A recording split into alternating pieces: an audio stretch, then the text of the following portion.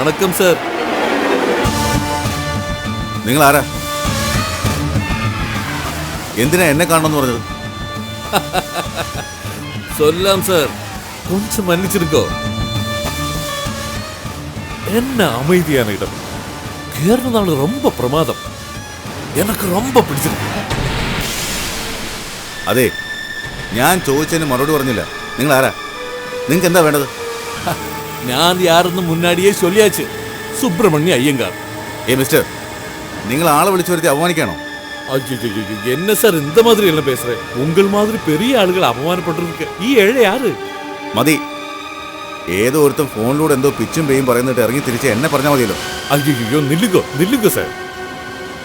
Sir சொன்ன மாதிரி யாரோ ஒருவன் போன் பண்ணது கேட்டு உங்கள் சீக்கிரமா இங்கே எத்தியதுக்கு ஏதாவது காரணம் இருக்குல்லையா? இருக்குது, காரணம் இருக்குது. கொஞ்ச நாள் முன்னாடியே உங்கள் ஒரு பொண்ணினை கொலை பண்றதுக்கு ஏற்பாடு பண்ணியாச்சு. அந்த பொண்ணு ரேணுகா. അപ്പോ നിങ്ങൾ സ്റ്റോപ്പ് ഇറ്റ്. கவலைப்பட வேண்டாம் சார். நான் வந்து கிறிஸ்டியுடைய ஆள்.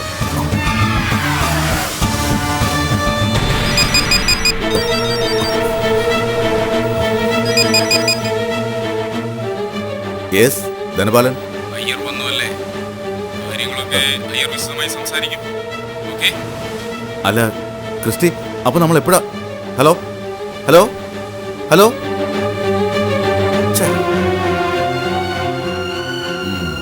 ആ പോലീസ് ഓഫീസർ ഒരു കുഴപ്പക്കാരനാണല്ലേ? ക്രിസ്റ്റി ഏൽപ്പിച്ച കാര്യങ്ങൾ അയാൾ കൃത്യമായി ചെയ്തു കഴിഞ്ഞു. ഇനിയെല്ലാം നിങ്ങളുടെ കൈയല്ല. ഇവിടെ നിങ്ങൾ നിങ്ങളുടെ പൊളിറ്റിക്കൽ ഇൻഫ്ലുവൻസ് ഉപയോഗിച്ച് അന്വേഷണം വഴിതിരിച്ചു വിടണം. ഞാനത് ചെയ്തിട്ടുണ്ട്. എന്റെ മേൽ ആ സി ഐക്കുണ്ടായിരുന്ന സംശയത്തെ ഞാൻ വഴിതിരിച്ച ആ അഡ്വക്കേറ്റിന്റെ മേലാക്കിയിട്ടുണ്ട്. അഡ്വക്കേറ്റ് ശ്യാമപ്രസാദിന്റെ. അതുകൊണ്ടൊന്നും വലിയ കാര്യമുണ്ടെന്ന് തോന്നുന്നില്ല. ഒരു ബൂമറാങ് പോലെ ഏത് നിമിഷവും നിങ്ങളുടെ നേർക്ക് തിരിച്ചു വരാവുന്നതേ ഉള്ളൂ.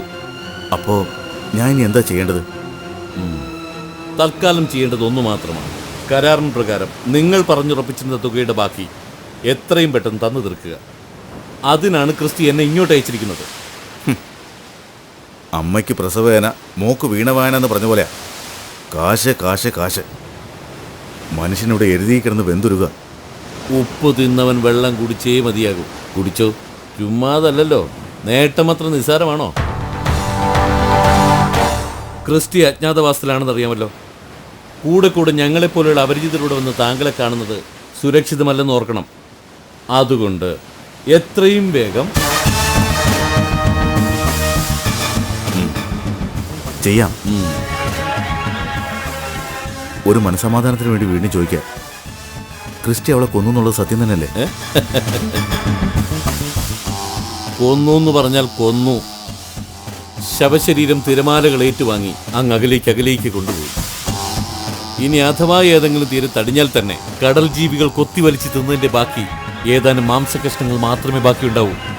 തിരിച്ചറിയാനാവാത്ത വിധം വികൃതമാക്കപ്പെട്ട ചീർത്ത് വീർത്ത ഒരു മാംസപിണ്ഡം.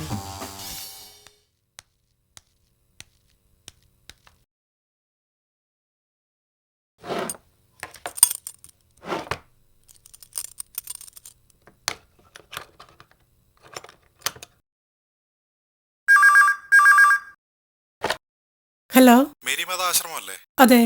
കടൽ തീരത്തൊരു ശവം അടിഞ്ഞിട്ടുണ്ട്. അത് നിങ്ങളുടെ ആശ്രമത്തിൽ നിന്ന് മിസ്സായ പെൺകുട്ടിയുടേതാണോ എന്നൊരു സംശയം.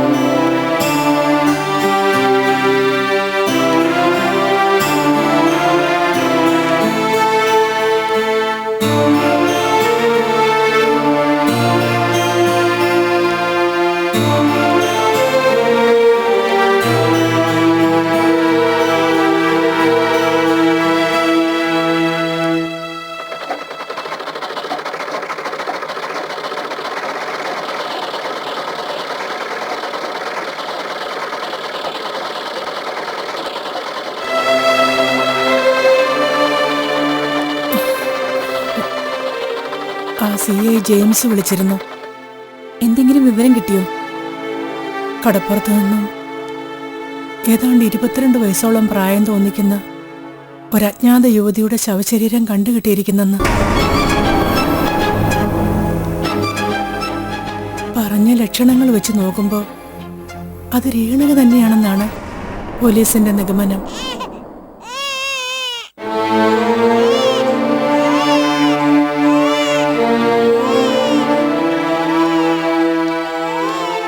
ക്ലാര,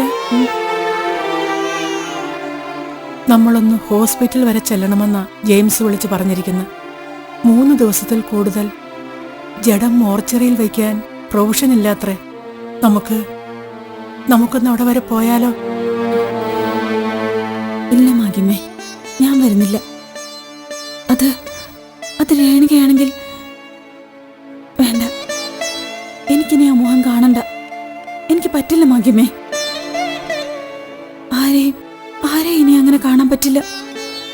മരണം അതെനിക്ക് പേടിയാ. എനിക്ക് പേടിയാ. അവൻ ആ ക്രിസ്റ്റി തന്നെ ആയിരിക്കും ഇതൊക്കെ ചെയ്തത്. പാവം, ഒരു കുഞ്ഞിനെ കൂടി അനാഥരുടെ ലോകത്തേക്ക് തള്ളിവിട്ടുകൊണ്ട് ഇവർക്കൊക്കെ ഏത് സാമ്രാജ്യമാണ് വെട്ടിപ്പിടിക്കാനുള്ളത്?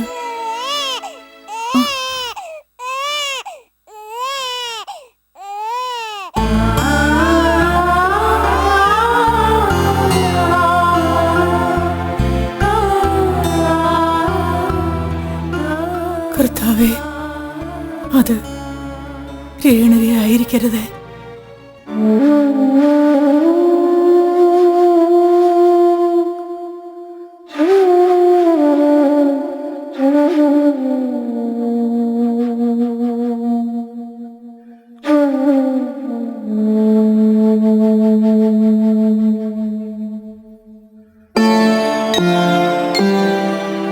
നിർമ്മലേ, നീ വന്നെല്ലാം കഴിക്ക്. അവൾ ഇങ്ങി എത്തും. തിരക്കിപ്പോയ ധനേട്ടനെയും കാണുന്നില്ലല്ലോ. കാണാതായതേ കെട്ടുപ്രായം എത്തിയ പെണ്ണിനെയാ. കാലം മോശമാ.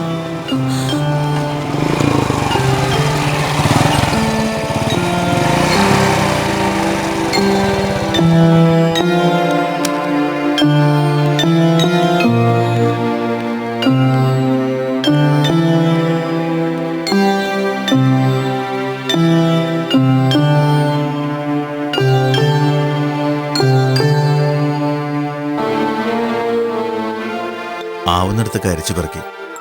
കണ്ടില്ല. എന്റെ കുഞ്ഞിന് എന്തു പറ്റി ഈശ്വര? ഞാനിനി എവിടെ പോയി അന്വേഷിക്കും? പോലീസിലൊരു പരാതി എഴുതി കൊടുത്തിട്ടുണ്ട്, പത്രത്തിലും കൊടുത്തിട്ടുണ്ട്. നാളെ കൂടി ഒരു അറിവും കിട്ടിയില്ലെങ്കിൽ പോലീസുകാരോട് അന്വേഷണത്തിന് വന്നിരിക്കും. പോലീസുകാരി? എന്റെ ഗുരുവായൂരപ്പ, എന്തൊക്കെയാ ഞാൻ കാണണ്ടേ? എനിക്കൊന്നും അറിയില്ല.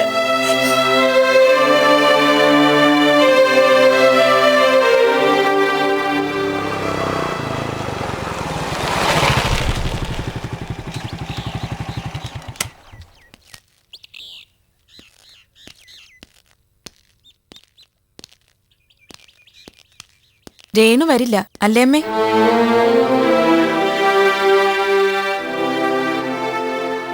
അവൾക്ക് അവളുടെ കാര്യം മാത്രം നോക്കിയാൽ മതിയല്ലോ. ബാക്കിയുള്ളവരിവിടെ എങ്ങനെ ജീവിക്കുന്നെന്ന് അവൾക്കറിയേണ്ട ആവശ്യമില്ലല്ലോ. അവൾ കുറച്ചു ദിവസം അവിടെ നിന്നോട്ടെ, അതാ നല്ലത്. അമ്മ ഇത് എന്തറിഞ്ഞിട്ടാ ഇങ്ങനെയൊക്കെ സംസാരിക്കുന്നത്? അവളുടെ താളത്തിനൊത്ത് അമ്മയും തുള്ള. അത് തന്നെ. കല്യാണപ്രായ ഒരു പെണ്ണ് വീട് വിട്ടിറങ്ങുക, ഏതോ ഒരു ആശ്രമത്തിൽ പോയി താമസിക്കുക. ഏതോ ആശ്രമമല്ല, താലോലത്തില. സ്ത്രീകൾക്ക് മാത്രമേ അവിടെ താമസിക്കാനൊക്കൂ. ഉത്തരവാദിത്വമുള്ള സ്ഥാപന. എന്ത് കാര്യത്തിനാമേ അവള് വീട് വിട്ടിറങ്ങിയത്? എന്താ അമ്മേ കാരണം? കാര്യം നിനക്കും അറിയാവുന്നല്ലേ. വിവാഹം മുടങ്ങിയതുകൊണ്ട് മാത്രമല്ല അവള് വീട് വിട്ടിറങ്ങിയത്. കാര്യങ്ങളൊക്കെ ഞങ്ങളും അറിഞ്ഞു. ഹോ, ആകെ നാണം കെട്ടു. ഓരോരുത്തർ ഓരോന്ന് വന്ന് ചോദിക്കുന്ന കേൾക്കുമ്പോ എന്റെ തൊലി ഉരിഞ്ഞു പോവാ. ധനേട്ടന്റെ വീട്ടിൽ ഇനി ഞാൻ എങ്ങനെ തല ഉയർത്തി നടക്കും? ഹോ, എന്റെ ഈശ്വരന്മാരെ. പെൺകുട്ടികളാവുമ്പോ ഗർഭം ധരിക്കും, പ്രസവിക്കും. അത് നാട്ടുനടപ്പാ. ഇതായിപ്പോ നന്നായേ. അമ്മയെ അവളെ ചീത്തയാക്കിയത്. നല്ല തല്ലുകൊടുത്ത് വളർത്തേണ്ടതായിരുന്നു. ഏത് സമയവും അവനുമായിട്ട് കറക്കല്ലായിരുന്നോ? രാധികെ, നീ എനിക്ക് ഇത്തിരി സമാധാനം തരുമോ? അതോ ഞാനും കൂടി ഇവിടുന്ന് ഇറങ്ങിപ്പോണോ? കണ്ടോ തെറ്റിപ്പ എന്റെ ഭാഗത്തായി. ഞാനൊരമ്മയാണ്. ആൾക്കാർ ഇനി എന്തൊക്കെ പറഞ്ഞാലും ശരി, എനിക്കവളെ ഉപേക്ഷിക്കാനാവില്ല. അവൾ എന്നോടൊപ്പം വരാൻ തയ്യാറായാൽ ഈ വീട്ടിൽ തന്നെ അവൾ താമസിക്കും, എന്നോടൊപ്പം.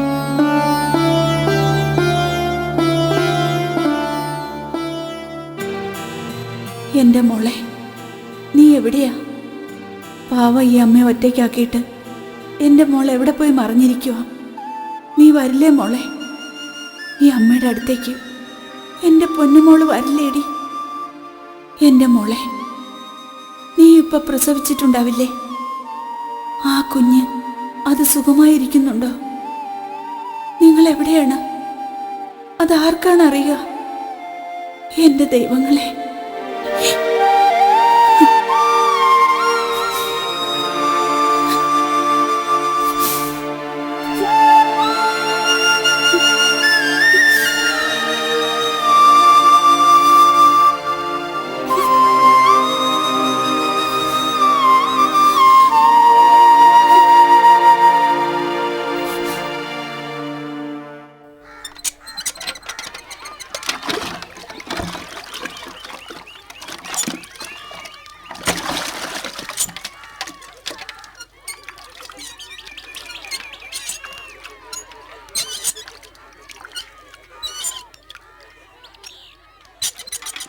അത് രേണുകയുടെ ബോഡി തന്നെയായിരുന്നു. അത്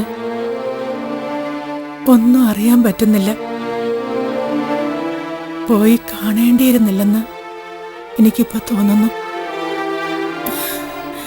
കടൽ ജീവികൾ കൊത്തിപ്പറിച്ച് വികൃതമാക്കിയ ഒരു ശവശരീരം.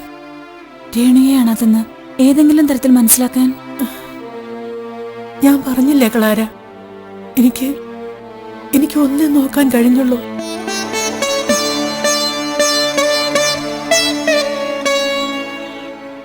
മരിച്ചത് രേണുക തന്നെയാണെന്നാണ് പോലീസ് പറയുന്നത്.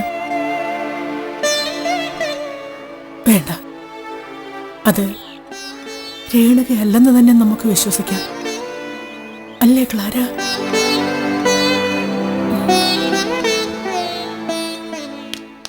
ജഡ ഇനിയും മോർച്ചറിയിൽ സൂക്ഷിക്കാൻ കഴിയില്ലെന്നാ ജെയിംസ് പറയുന്നത്. ഇന്ന് തന്നെ പൊതു ശ്മശാനത്തിൽ അടക്കം ചെയ്യുമെന്ന്, അജ്ഞാത ജഡമെന്ന പേരിൽ.